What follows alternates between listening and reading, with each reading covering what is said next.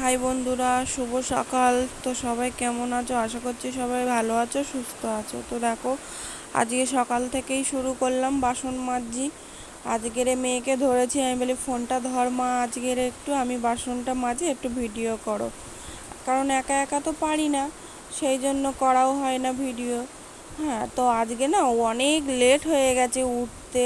যেখানে 5:30টায় উঠি, আজকের 6:30টায় উঠেছি। কাজের বাড়ি থেকে ফোন করেছে যে কী রে তুই এলি না। হ্যাঁ, তো তাড়াতাড়ি করে উঠে আগে মুখটা ধুয়ে তারপরে জামা পরে চলে গেছি হচ্ছে কাজে। তো কাজ করে এসে না হাত পা ধুয়ে খানিকক্ষণ শুয়েছিলাম, ভালো লাগছিল না শরীরটা।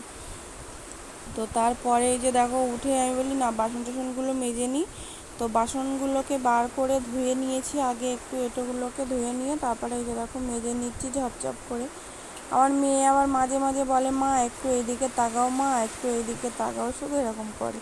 আর ওই যে দেখো আমাদের ছোট্ট পেঁপে গাছ, দেখেছো? পেঁপে ধরেছি কিন্তু। ছোট্ট আমাদের বাগান আছে ছোট্ট করে, তোমাদেরকে দেখাবো একদিন ভিডিও করে। কুমড়ো গাছ আছে, পুঁই শাক আছে, তারপরে পেঁপে গাছ, কচু গাছ আছে। মানে ছোট্ট জায়গা, ছোট্ট বাগান আর কি। বেগুন গাছ আছে। বেগুন গাছে বেগুন বা হয়নি, তো বাসনগুলোকে মাজা হয়ে গেছে, এবার ধুয়ে নেব।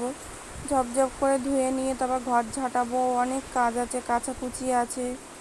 তো এই যে ব্রাশটাকে নিয়ে নিয়েছি মুখে, নিয়ে ব্রাশ হচ্ছে ওদিকে, ব্রাশটাও করছি মাঝে মাঝে, আবার হচ্ছে বাসনটাকেও মাজছি। তো বাসনটা হয়ে গেল ধোয়া, প্রায় থালাটা হয়ে গেছে। এবার আমি না কাপটা দেখতে পাইনি, তারপর লাস্টে কাপটা ধুয়ে নিলাম।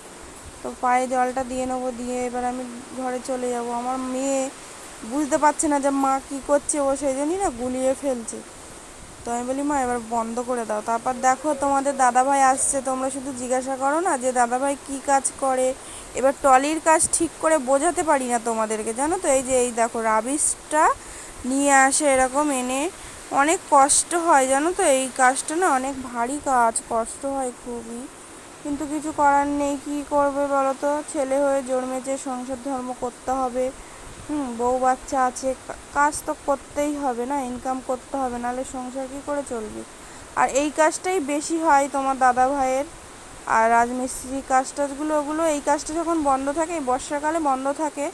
কিন্তু এখন আবার হচ্ছে, এই যে রাস্তায় জল হয়েছে বলে আমাদের ঘরের সামনেটা এখানটায় রাবিশগুলোকে ফেলছে। আমি আমার মেয়েকে বলছি মা এদিকে সরে আসো, আমি ভিডিও করছি, তুমি কালীগায়ে আছো। তা আমার মেয়ে না সেই ভিডিওর মধ্যে মাঝে মাঝে গুলিয়ে গুলিয়ে চলে যায়। ওই যে ট্রলিটা রেখে দিল ওখানে, আমি ভিডিও করছি, ও আবার দেখে আমার দিকে বলে বন্ধ করো, ভিডিও করছে। তারপরে ওই যে দেখো রান্না করা আর দেখালাম না, তরকারি হয়ে গেছে, সেইটাকেই দেখিয়ে দিলাম, বুঝতে পেরেছো বন্ধুরা। আর রান্না করাটা দেখালাম না, রান্না পারি না। কেউ আবার কি কখন কি বলবে বাবা, সেই জন্য। এই যে দেখো ডিম, আবার ভেবো না যে বৌদি পেরেছে ডিমটা। ডিমটা হচ্ছে সেন্টার থেকে, ওই যে বাচ্চাদের, হ্যাঁ, খিচুড়ি স্কুল থেকে দিয়েছে।